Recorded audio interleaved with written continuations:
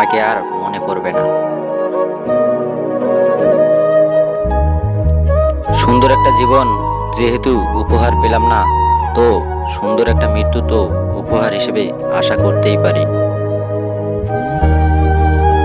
কখনোই কারো প্রিয়জন ছিলাম না, সবসময় সবার অপ্রয়োজনটাই ছিলাম। আমি কেমনে বাঁধিব হিয়া, আমার সখী অন্যের বাড়ি যায় আমারই আঙ্গিনা দিয়া। সইকে বলে প্রীতি ভালো, হাসিতে হাসিতে প্রীতি করিয়া কান্দিতে জনম গেল।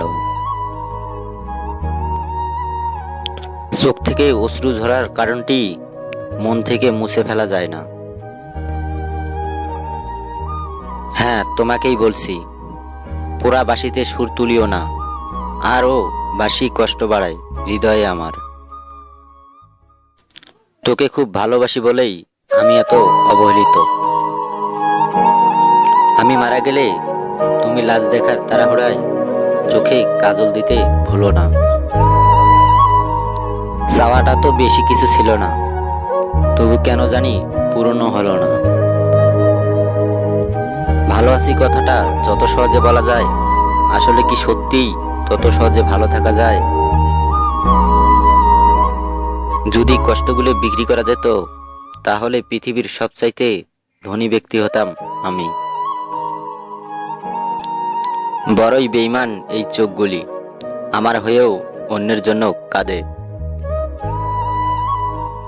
সেদিন দেখবি ঝগড়া করাটাও বন্ধ করে দিয়েছি, সেদিন বুঝবি ভালোবাসাটাও আর নেই। সম্পর্ক শুরু হয় মন ভোলানো আবেগের কিছু কথা, আর শেষ হয় বাস্তব কিছু কথা আর চোখের পানি দিয়ে।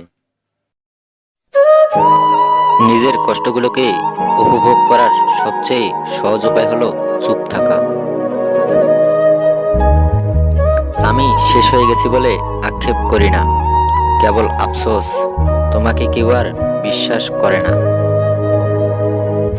ভিডিওটি ভালো লাগলে অবশ্যই চ্যানেলটি সাবস্ক্রাইব করে আমাদের সাথেই থাকুন।